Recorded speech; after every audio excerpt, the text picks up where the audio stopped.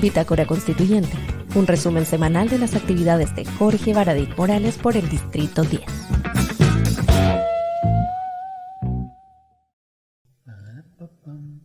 Hola, ¿cómo están? ¿Se me nota relajado? ¡Sí, po! Estamos súper relajados en la convención, en el país, en la calle. Ahí está.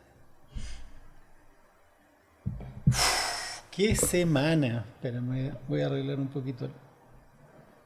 Ahí sí.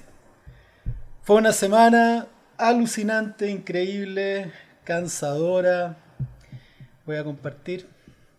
Ya, compartir pantalla. No, ya no hago nada ahora.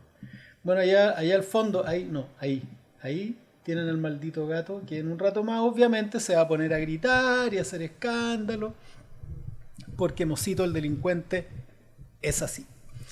Vamos a partir con esta semana que es que fue del 7 al 13 de marzo, mientras le apuntamos a las teclas, y contándoles que fue una semana más bien terrible, pero que ya por fin estamos en día domingo con el programa más emocionante y lleno de acción de la televisión de YouTube de la historia, para hablar de la Convención Constitucional.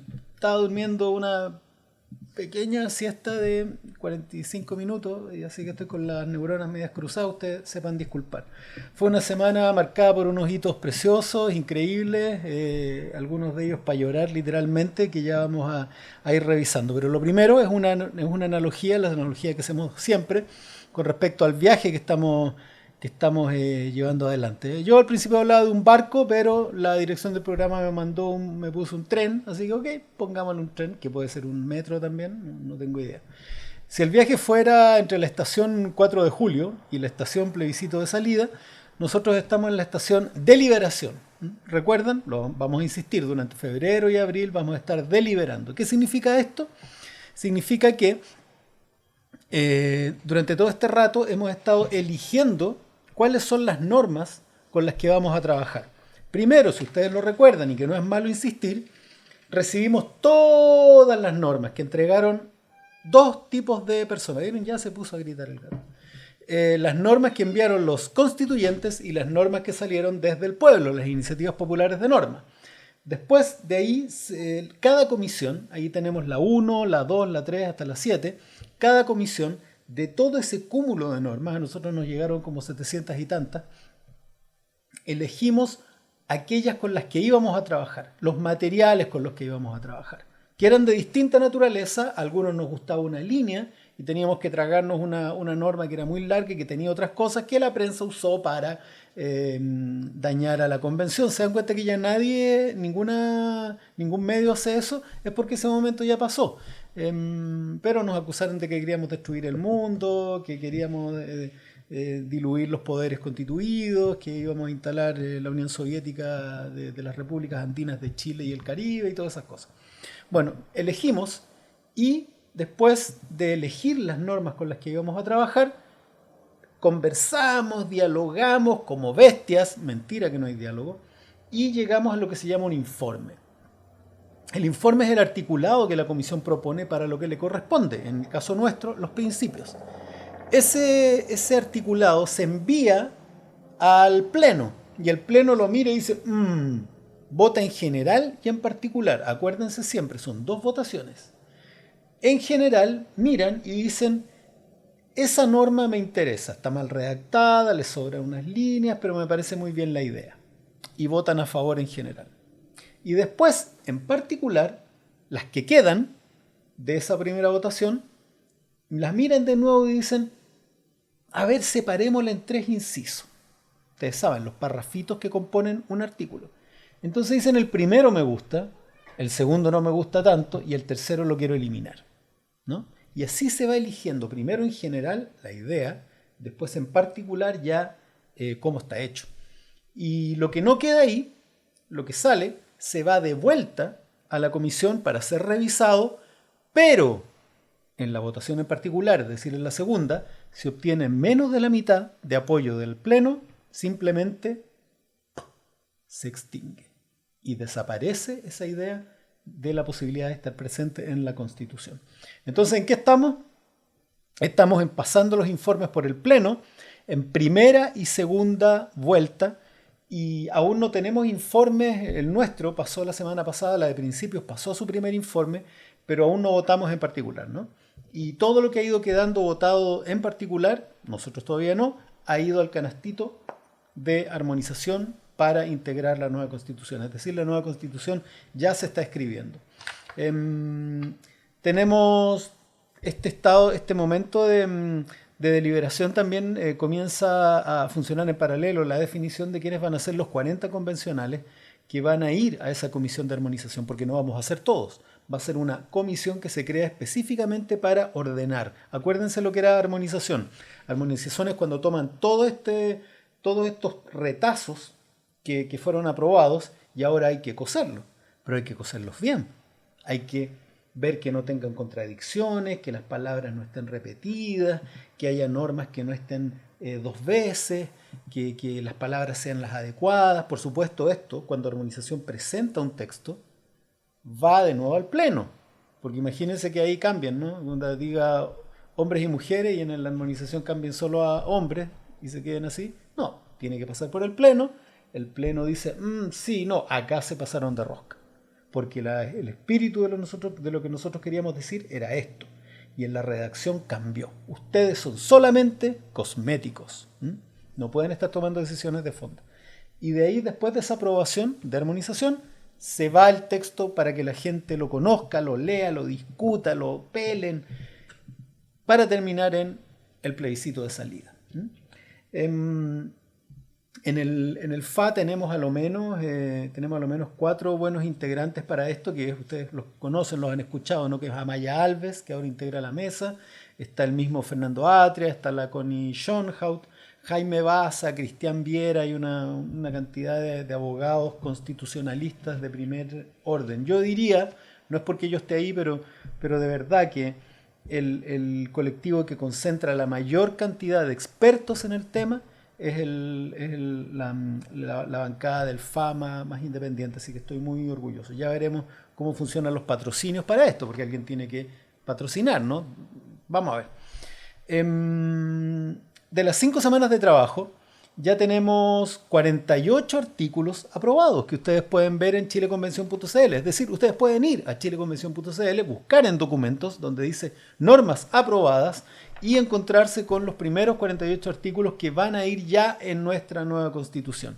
Van a encontrar con este formato que están viendo en pantalla, donde de manera nominal van a ir viendo, incluso con la fecha en la que fueron aprobados, normas como, por ejemplo, ahí están, ¿no? Normas aprobadas en particular de la Comisión de Forma de Estado, normas aprobadas en particular de la Comisión sobre Forma de Estado en el pleno siguiente, que es cuando se hizo un informe de reemplazo y segunda propuesta de norma.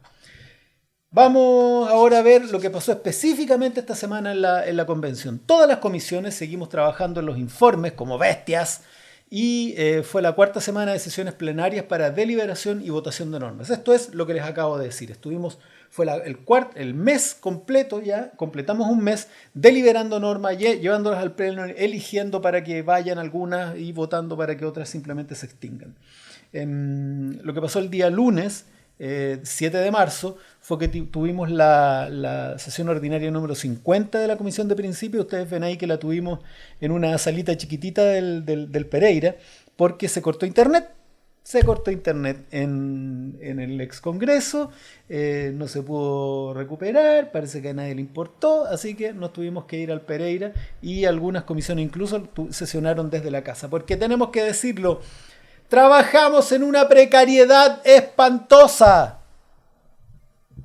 Nuestros equipos de trabajo no tienen dónde trabajar, andan por ahí en los pasillos dando pena, sentándose en unas banquitas, a veces hay unas salas que son pequeñísimas, tengo que denunciarlo aquí y ahora, ¿no?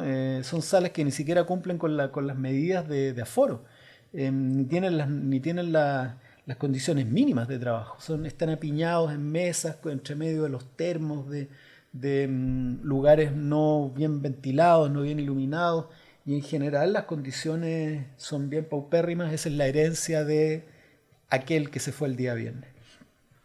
Démosle.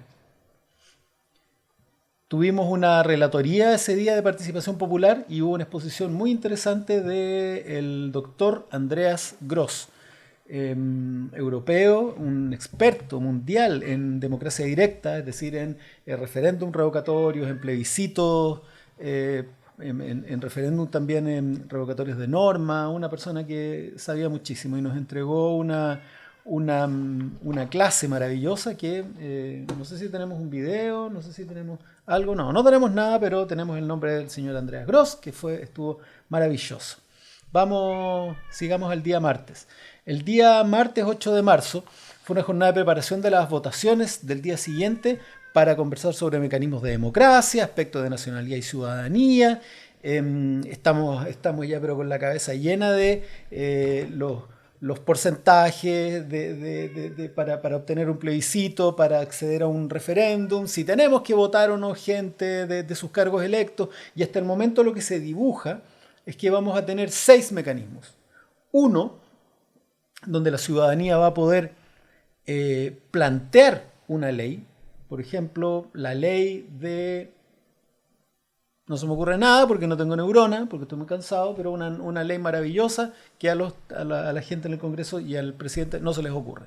Fantástico. Tiene que juntar una cantidad de firmas, se va al Congreso y eso puede terminar convertido en ley. Otro mecanismo que es para revocar una ley. Por ejemplo, la única que se me viene, nada original, la ley de pesca. Uno podría, juntando una cantidad de firmas, mandándola a plebiscito y revocar esa ley. Ese es el segundo. El tercero tiene que ver el tercero y el cuarto con la Constitución. Si ustedes se fijan, los 2 primeros con ley, los 2 segundos con la Constitución. Es decir, que nosotros podemos solicitar una reforma constitucional con cierto porcentaje de firmas y con cierto porcentaje también de salida, o podemos buscar revocar. Pero el punto, ¿cuál es? El punto es que siempre que haya una reforma constitucional se le tiene que preguntar a la gente, por algo que hemos dicho siempre. No puede ser que con tremendo esfuerzo, sangre, sudor y lágrimas el pueblo de Chile escriba una constitución y después se pongan de acuerdo en el Congreso con poderes de otro orden, ¿cachai?, para cambiarlo y que nadie le pregunte. Si la gente que escribió la constitución, a la gente se le debe preguntar. Y los otros 2 mecanismos son, uno, el revocatorio de mandato, que es, en el caso nuestro, el que nosotros presentamos es una revocatoria de mandato para individuos que presentan programa de gobierno, es decir, algo contra lo cual contrastar.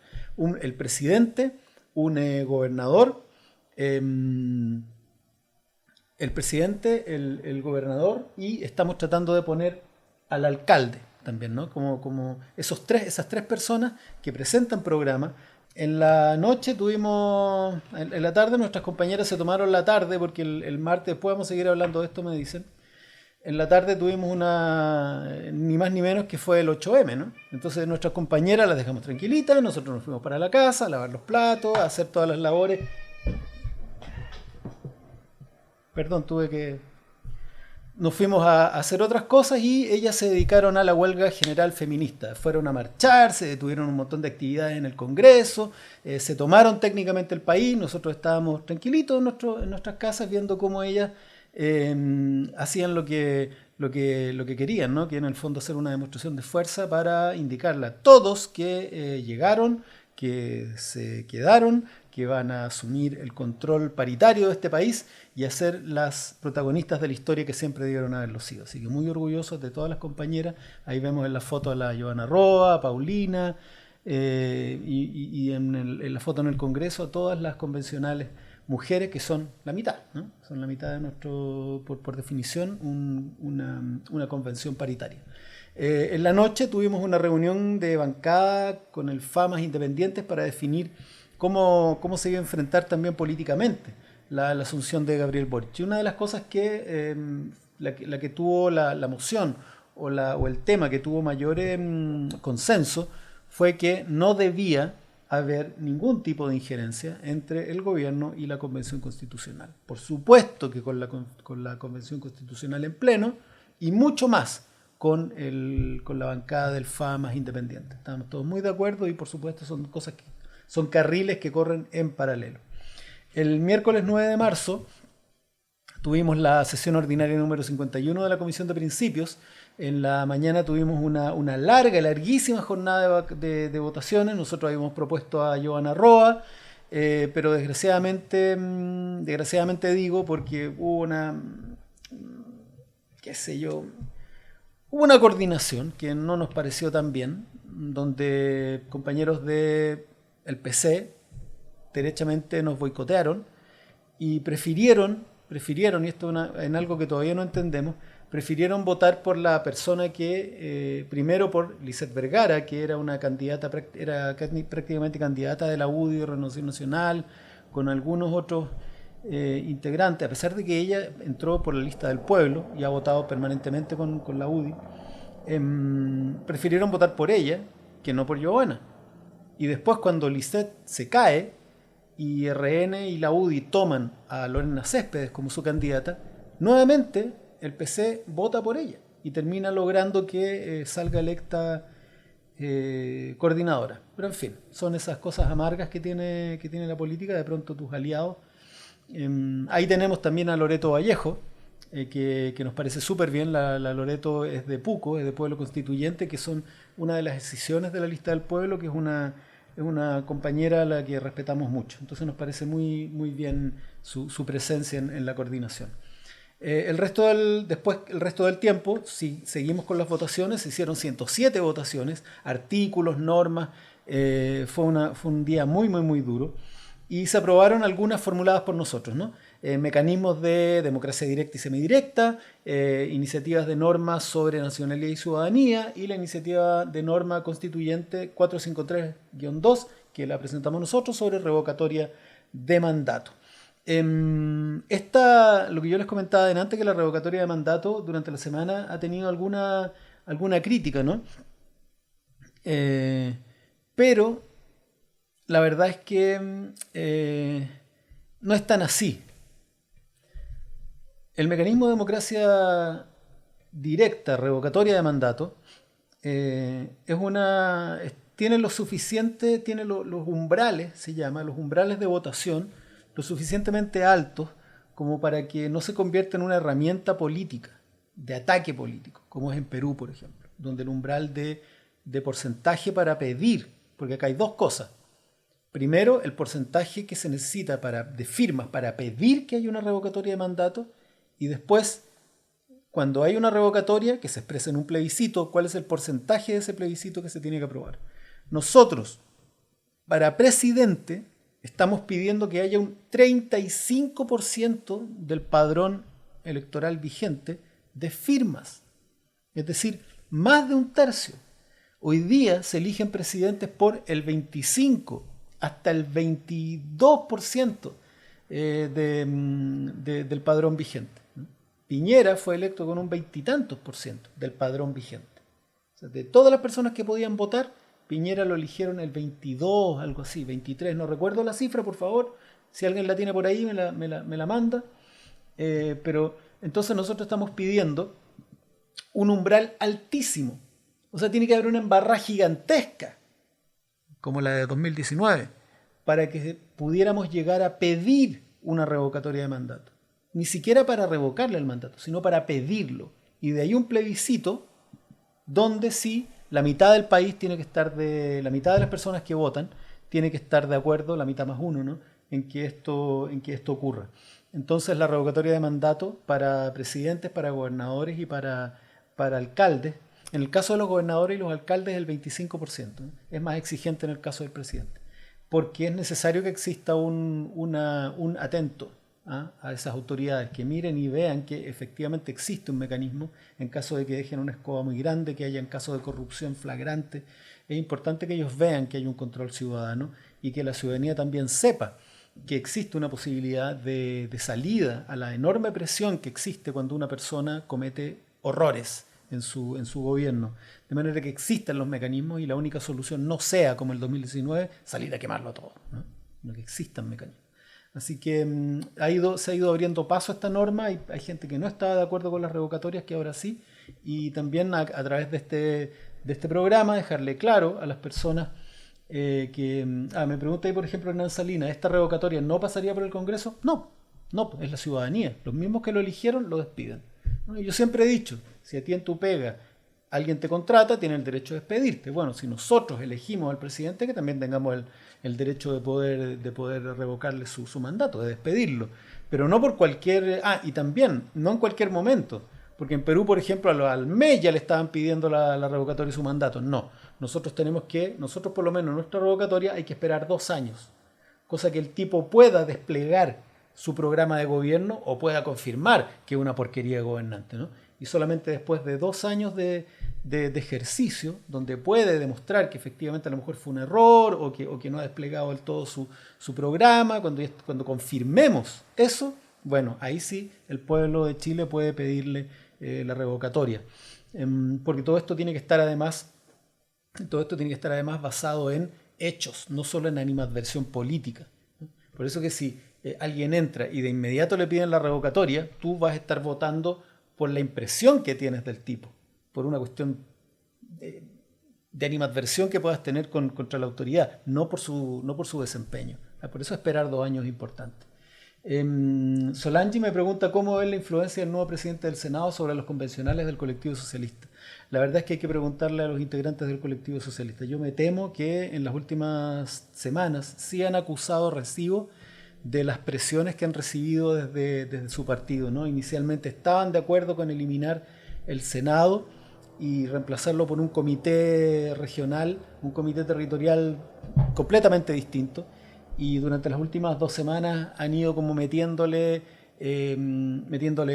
responsabilidades, aumentando su poder, su influencia, y eso significa que acusaron recibo y que están aumentando para tratar de convertirlo en un Senado de nuevo, ¿no? Así que tengo la impresión que ha habido influencia, desgraciadamente. Dentro de estas también está, dentro de estas que nos interesan, está un mecanismo de democracia directa que tiene que ver también con iniciativas locales, que era algo que no estaba en los mecanismos de democracia directa y semidirecta que nosotros habíamos presentado. Es decir, que a nivel comunal también exista la posibilidad de presentar iniciativas y que las personas puedan decidir en el entorno inmediato en el que viven. A raíz de estas votaciones surgieron unas funas muy absurdas en Twitter, ¿no? Unas cuentas que dicen que no confían en la representación y que mienten sobre lo que ocurrió ese día, cabildos vinculantes, constituyentes organizados, iniciativas populares de norma, y la verdad es que nosotros no podemos... hay algunos convencionales constituyentes que utilizan a destajo la palabra vinculante, ¿no? Y presentan normas que, por ejemplo, exigen que si uno junta 15.000 firmas y se apruebe esa norma, vaya directo a la Constitución o a las leyes. Y la pregunta es, ¿15.000 personas representan a todo el país? No. 15.000 personas podrían juntar sin ningún problema una norma porque uno siempre lo ve desde su lado, ¿no? Lo ve desde los movimientos populares y que queremos más derechos, pero ¿ustedes creen que no hay 15.000 firmas para prohibir el aborto?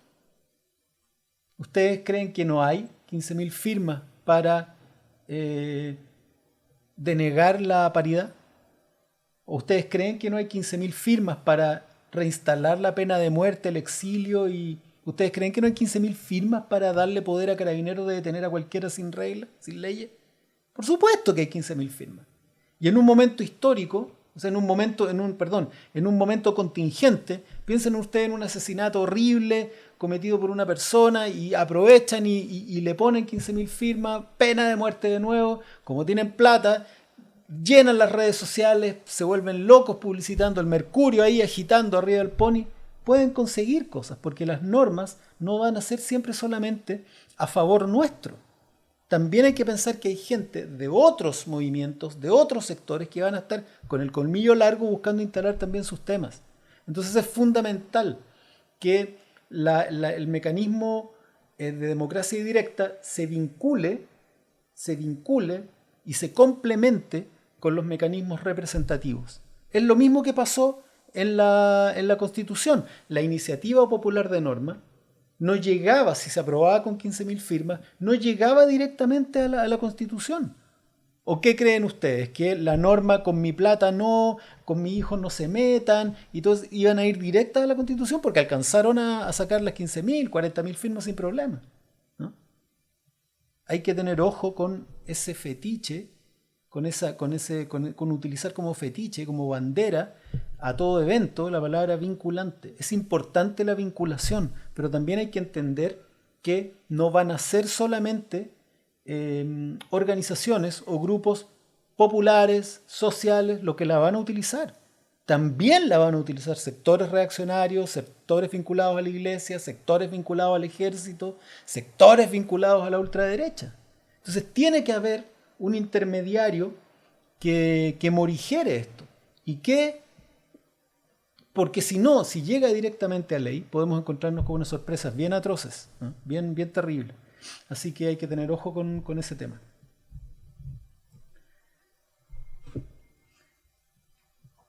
Bueno, tuvimos el jueves 10, tuvimos la sesión ordinaria número 66 del plenario, y aquí hubo una deliberación y votación en general del primer informe de la Comisión sobre Derechos Fundamentales.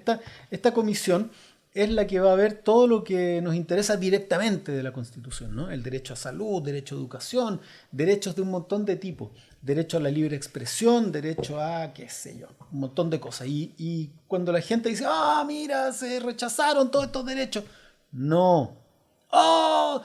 Presentaron 50 y solo aprobaron 15. No hay problema, porque estos son, en las comisiones hay 20 personas. ¿Qué quieren ustedes? ¿Qué queremos? ¿Queremos acaso que sean 20 personas las que decidan qué cosa va o no en la Constitución? No.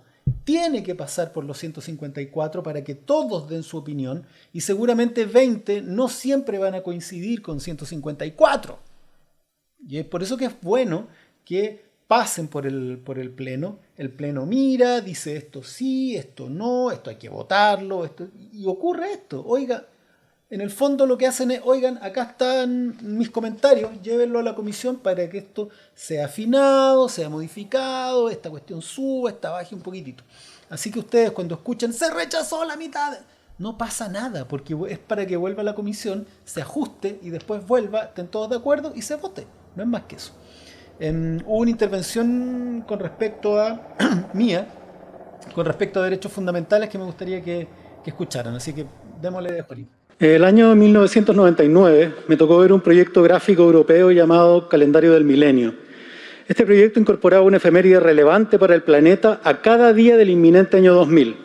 Chile aparecía solo 2 veces. 5 de septiembre de 1970, Chile elige el primer gobierno socialista electo democráticamente de la historia, y 11 de septiembre de 1973, en Chile es derrocado el primer gobierno socialista democráticamente electo. Muchas veces no somos conscientes de la importancia que tuvo para el mundo la valentía del pueblo de Chile de buscar una sociedad más justa y democrática. Pocas veces nos damos cuenta lo aterradora que es la figura de lentes oscuros de la dictadura chilena de derecha para los países democráticos del mundo. Es importante que estemos permanentemente conscientes que para ese mundo estamos escribiendo la nueva Constitución en el país de Pinochet, que estamos escribiendo un texto alegre, lleno de sueños y colores, para sacarnos de encima el verde oliva hediondo a muerte, que nos cubre todavía a través del individualismo, la indiferencia entre la necesidad y la crueldad social que emana de este cadáver, que es la norma del 80. Esta Constitución debe resumar justicia, amor por el otro y solidaridad. Debe exudar respeto mutuo entre los pueblos, hermanos, hermanas y el entorno maravilloso que nos rodea. Debemos entregarle al mundo una Constitución que sea una fiesta de humanidad. Esa es nuestra responsabilidad, pero también debe dar cuenta de nuestras vergüenzas. Por eso celebro los artículos 25, 26 y 27 que nos representa esta comisión. Es nuestro deber histórico que algo tan obvio como la prohibición de la desaparición forzada sea parte de las normas más relevantes del sistema jurídico. Este derecho, además de prohibir la desaparición forzada, establece el derecho de las personas a ser buscadas, lo que obliga al Estado a implementar las medidas necesarias para que éstas sean encontradas. El artículo 26 aborda la imprescriptibilidad y prohibición de la amnistía de este tipo de delitos atroces. El artículo 27 establece las condiciones normativas para la eliminación de todo tipo de impedimentos a la investigación y esclarecimiento de hechos, estableciendo el deber del Estado de, además de investigar, evitar, prevenir, sancionar e impedir la impunidad. Nada justifica vulnerar los derechos humanos. El propio Ejército de Chile, en el informe del 28 de febrero de este año, firmado por el ex comandante en jefe del Ejército, Ricardo Martínez, admite como inaceptable que la institución no haya entregado los cuerpos de los hoy desaparecidos a sus familias para que pudieran ser sepultados según sus creencias. Felicito al Ejército por este paso en su camino a ser, otra vez, el Ejército de todos los chilenos. Felicito a quienes impulsaron esta norma como un derecho fundamental. Les conmino a aprobar su constitucionalización, porque entiendan que nadie puede dar vuelta a la página sin leer primero el libro completo. Muchas gracias.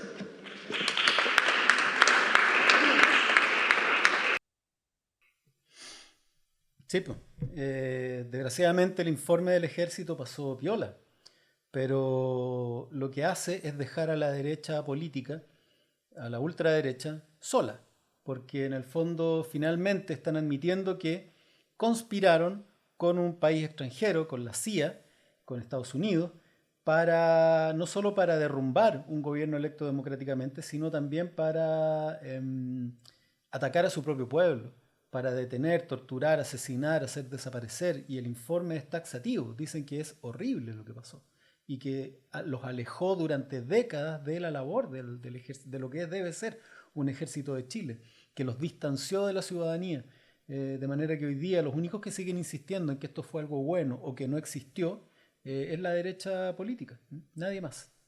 Así que, en fin, de eso, en ese plenario, además de estas tres normas que yo les comento, que es la prohibición de desaparición forzada, la necesidad de buscar y de reparar, también hay que destacar los derechos sexuales y reproductivos y la educación sexual integral. Se presentaron 50 artículos y se aprobaron 14. 36 fueron rechazados, que, acuérdense, rechazados significa mandados de vuelta a la comisión para ser revisados y luego presentados de nuevo, con correcciones, así que no hay problema.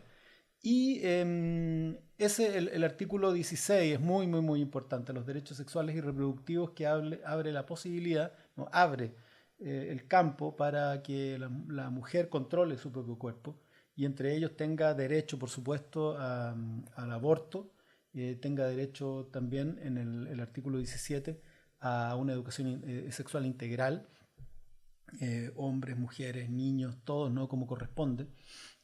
Más allá de los reclamos de la derecha que buscaban, oye, si yo quiero criar a mi hijo como yo quiero, ¿por qué no voy a poder?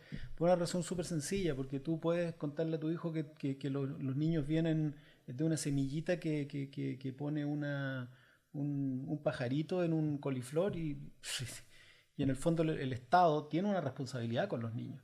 Cuando el Estado exige, por ejemplo, que un niño se vacune, ya no se trata de lo que pueda pensar o no el papá con su pensamiento mágico religioso. Se trata de que hay una responsabilidad por los derechos de ese niño, que va más allá de lo que un papá quiera o no.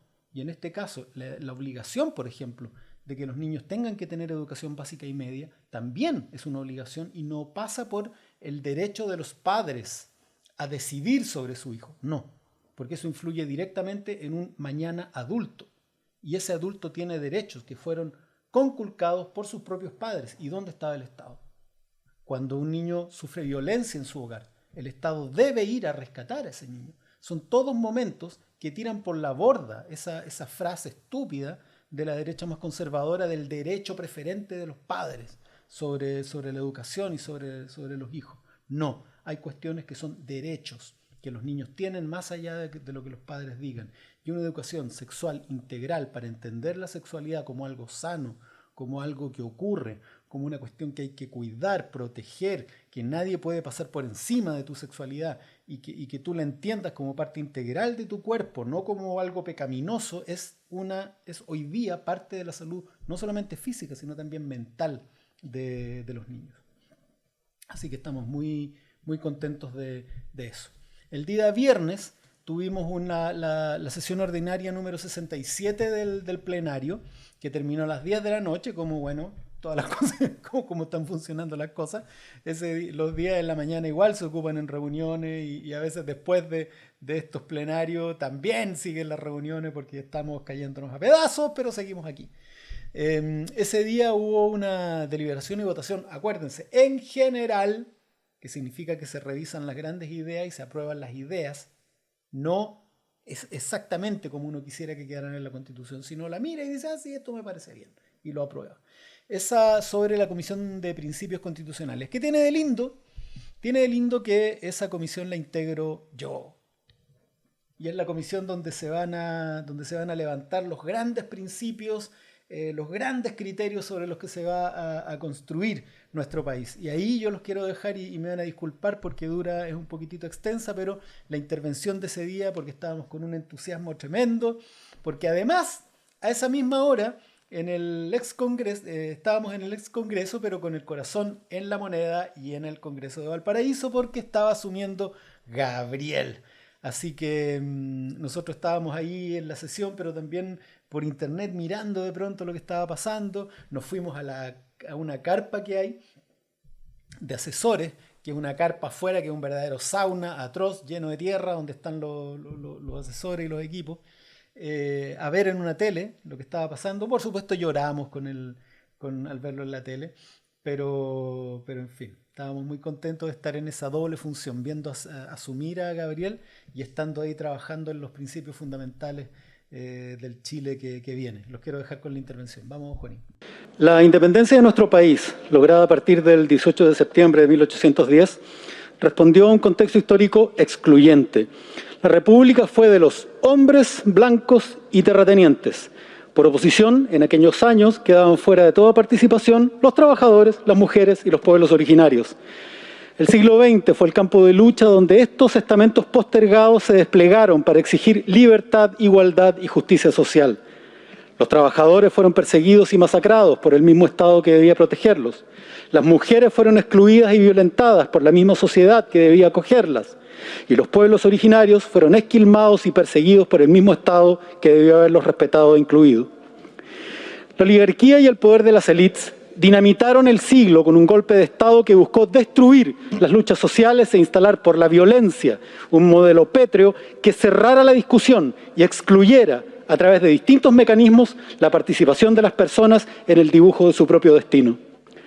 Pero el río de la historia siempre busca retomar su curso y el 18 de octubre del 2019 ese mismo pueblo se reencontró con su lucha histórica en busca de justicia y fueron los mismos estamentos de siempre los que llenaron las calles con sus banderas y cantos de esperanza, las banderas de los trabajadores, de las mujeres y de los pueblos originarios.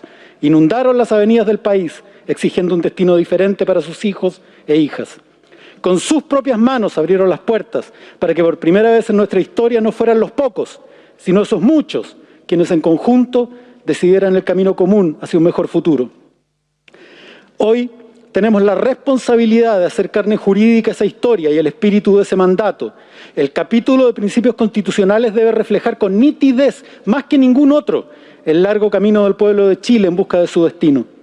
Estado social de derecho para las y los trabajadores, república paritaria para las mujeres, Estado plurinacional para los pueblos originarios. Dejar atrás el Estado subsidiario y definirnos como un Estado social y democrático de derecho es dar un golpe de timón de 180 grados. Su carácter es plurinacional, intercultural y ecológico, reconociendo como valores la dignidad, la libertad y la igualdad sustantiva de todas las personas.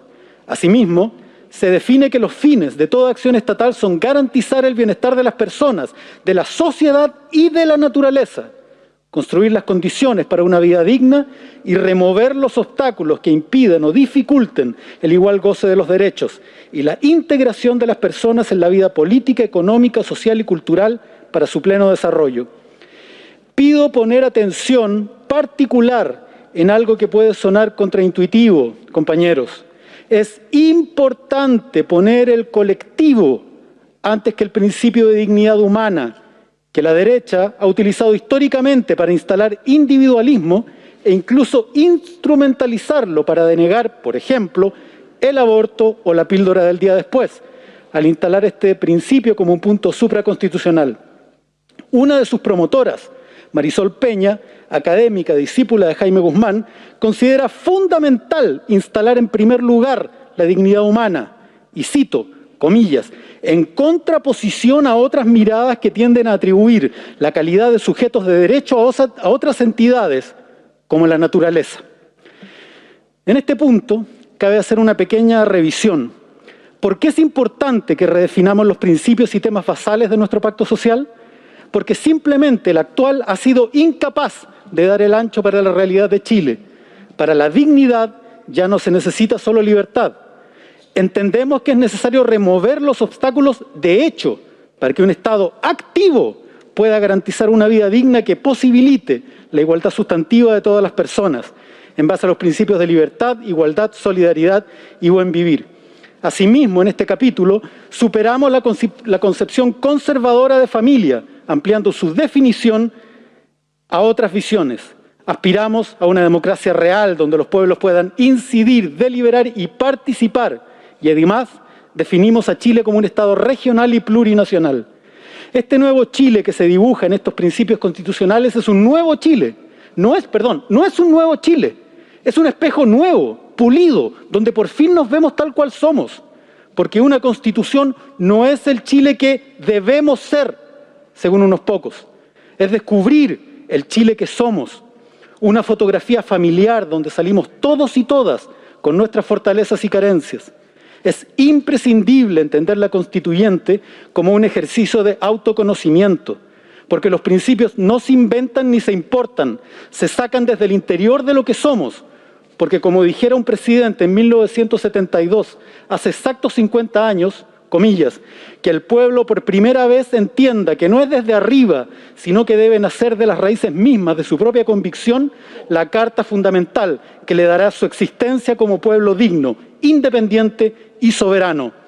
Ver hoy a otro compañero presidente ponerse la banda, sumándose a la Convención Constitucional para hacer converger labores que debiesen consolidarse en 2023, me hace pensar que quizá la vida ama las simetrías y nos conceda que la conmemoración de los 50 años del horror sea también el amanecer de un país que lleva esperando demasiado tiempo el sol de la justicia para todos y todas. Muchas gracias.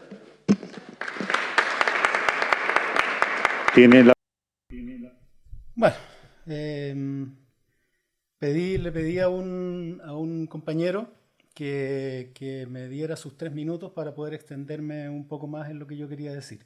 Se presentaron 36 artículos, hubo un debate intenso al respecto, se aprobaron 9, se rechazaron 27, la mayoría de los rechazados por 90 y tantos votos, lo que significa que están muy cerca de ser aprobados y que deben ser modificados, afinados y depurados, nada más. Desgraciadamente, recibimos el ataque directo y muy virulento de parte de nuestros compañeros de comisión de la ultraderecha. Cecilio Villa, en un discurso, yo diría, al borde de la... no sé, no voy a utilizar la palabra, pero... Fue bien intenso. Martina Rau, burlándose incluso de los pueblos originarios al decir que querían aprobar el Summa Cauceo y el Wiri Kawasaki por los términos de buen vivir. O Eduardo Cretón, hablando de que estábamos haciendo una carta al viejito Pascuero, que esto era un panfleto, que estábamos hablando de indigenismo, que eran todos gustitos irresponsables. Fue finalmente una demostración de quiénes son, ¿no? Y entre ellos me llamó mucho la atención también de otro, de la derecha, de Evópoli, que se supone que son los buena onda, los buena ondi, el discurso de Bárbara Rebolledo, que también fue particularmente tóxico, una convencional que al principio era súper amigui, buena onda, y de pronto se convirtió en la Tere Marinovich, así como que de una semana para otra cambió su discurso y se convirtió en otra persona. Y ahora es no sé cómo llamarlo mejor que no. Votaron en contra de todo.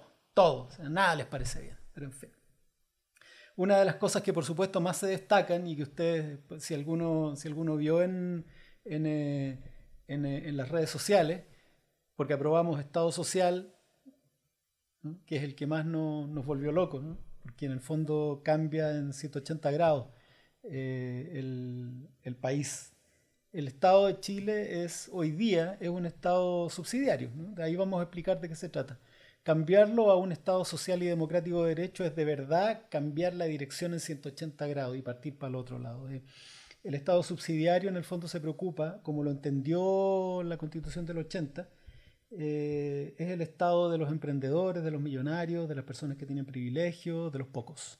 Y un Estado social y democrático de derecho es un Estado que, como bien dice ahí, está orientado a, como se plantea en el tercer inciso, porque ustedes ya entienden lo que es un inciso, ¿no? Entonces ahí el tercer inciso dice que los fines de toda acción estatal, es decir, el fin del Estado es garantizar el bienestar de las personas,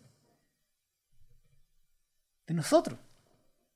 Por fin nuestra Constitución dice que nosotros somos los que importamos. Por fin, después de 200 años, la Constitución dice que el fin de toda esta acción estatal es garantizar el bienestar de las personas, de la sociedad y de la naturaleza.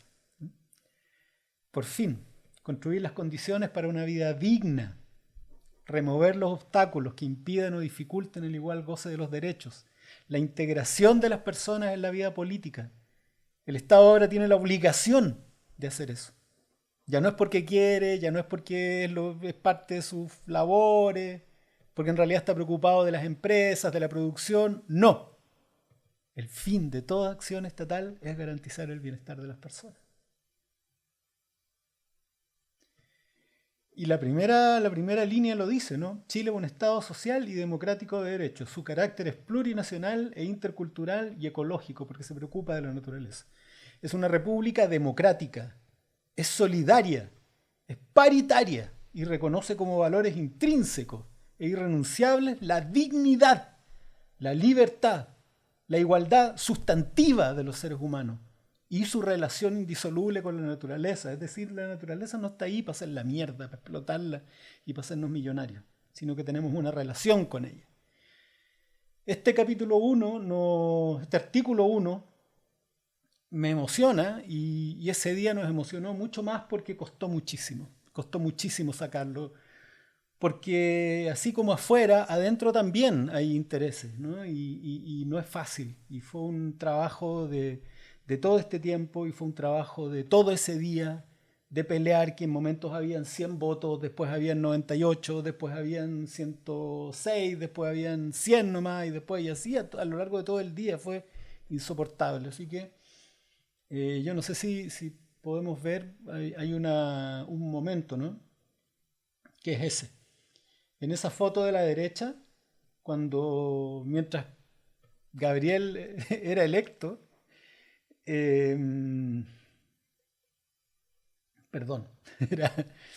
asumía el mando de la nación.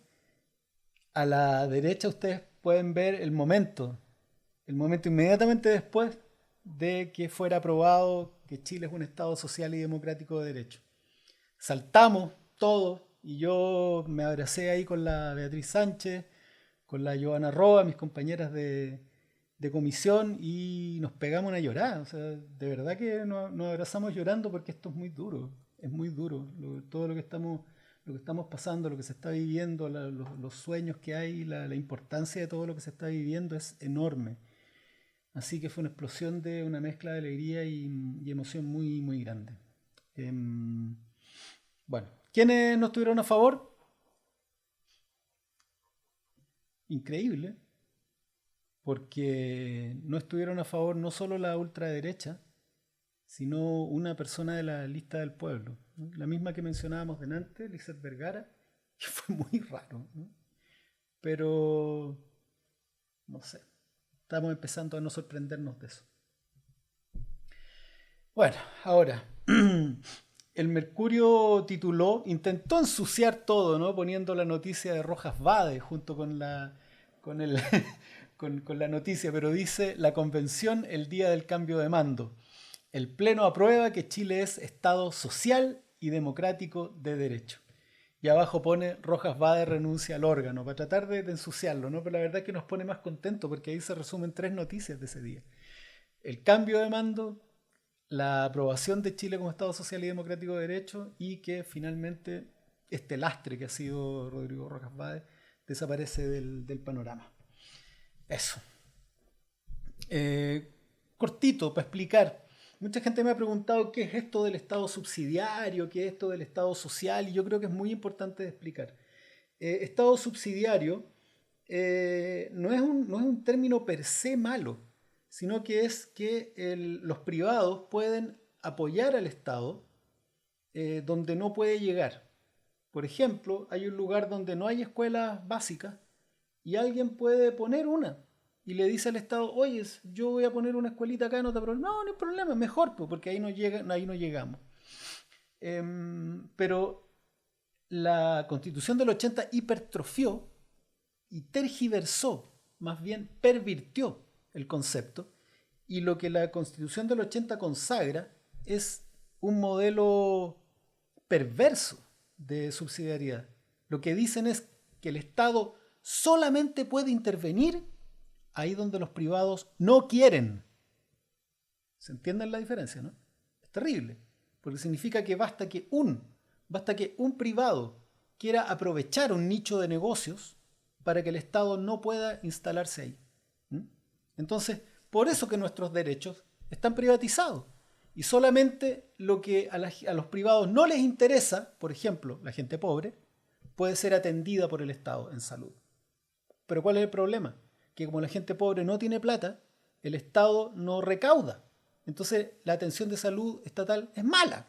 Lo mismo en la educación. Atienden solamente a las personas que pueden pagar los privados y le dejan el segmento de menores recursos al Estado. Ese es el Estado subsidiario perverso que teníamos hoy. Por eso que había mala educación estatal, siendo históricamente una de muy buena calidad, la destruyó Pinochet con esto. Una mala salud estatal, porque solamente pueden atender a las personas que tienen menos recursos, eso significa menos recaudación, menos plata y más personas que tienen menos atendiéndose en el mismo lugar. Las previsiones, todo. Los privados absorben todos los servicios y los derechos donde hay plata. ¿Qué significa un Estado social de derecho? Significa, en este caso, por lo menos lo que nosotros promovemos como Frente Amplio, que el Estado se va a hacer cargo de todos los derechos y que los privados pueden hacer extensiones u ofrecer alternativas a esos derechos. Pero el Estado va a tener una buena educación, va a tener buena salud, va a tener buena previsión.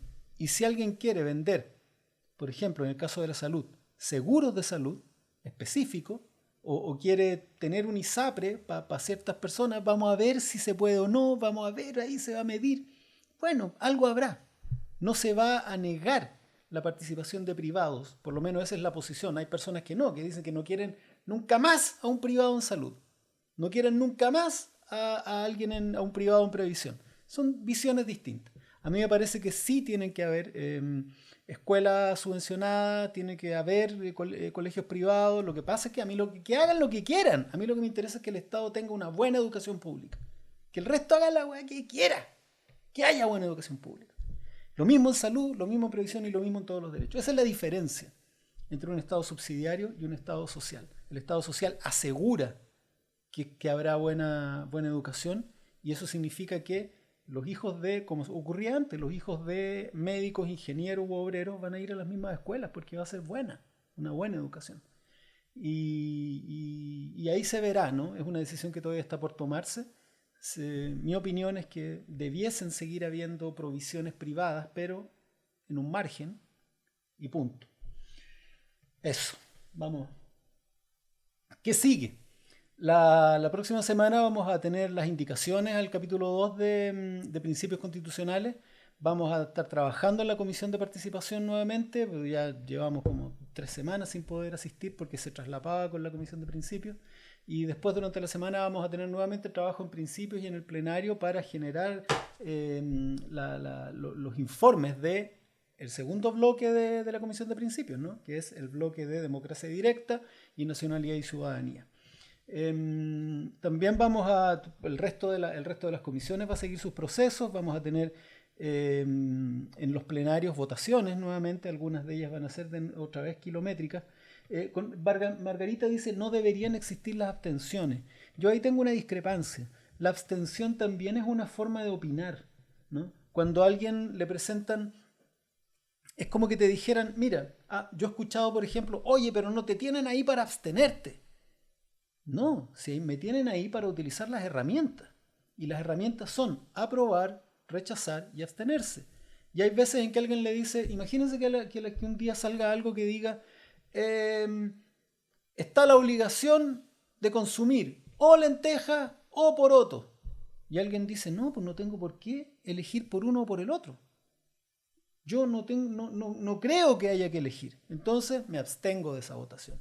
Y es una forma de opinar. También es una señal. Hubo votaciones sobre derechos, sobre normas de derechos, por ejemplo, que tuvieron 30 abstenciones. ¿Qué significó eso?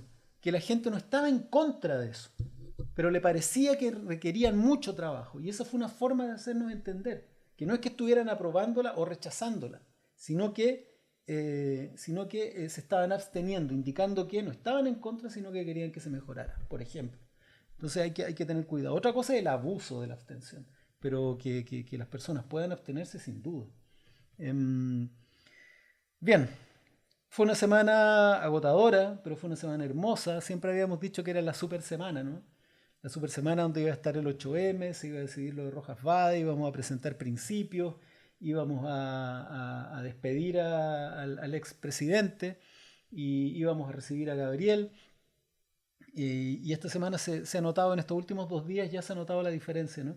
Se ha notado la diferencia de un presidente humano que se ríe, que se emociona, que tiene gestos de cercanía, que improvisa cuando hay que hacerlo, que baila cueca, que se hinca junto con los pueblos originarios, con respeto, que opina contra los poderes, ¿no?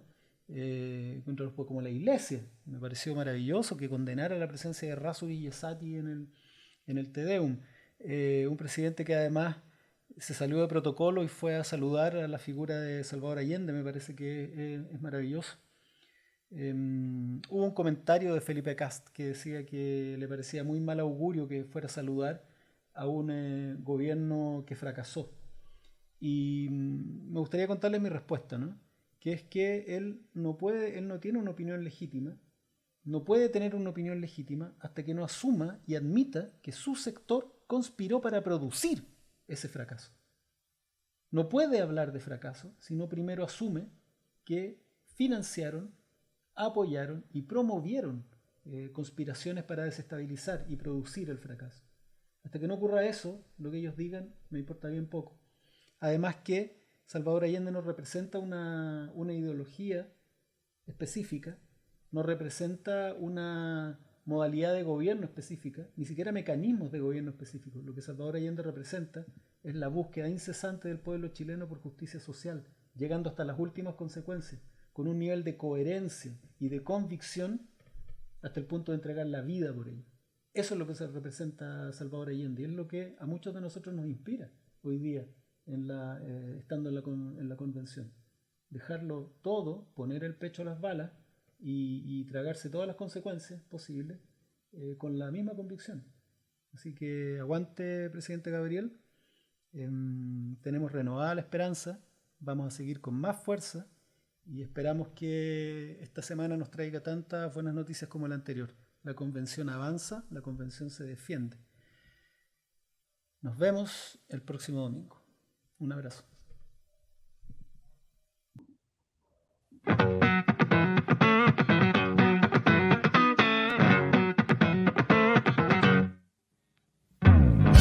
Bitácora Constituyente, un resumen semanal de las actividades de Jorge Baradit Morales por el Distrito 10.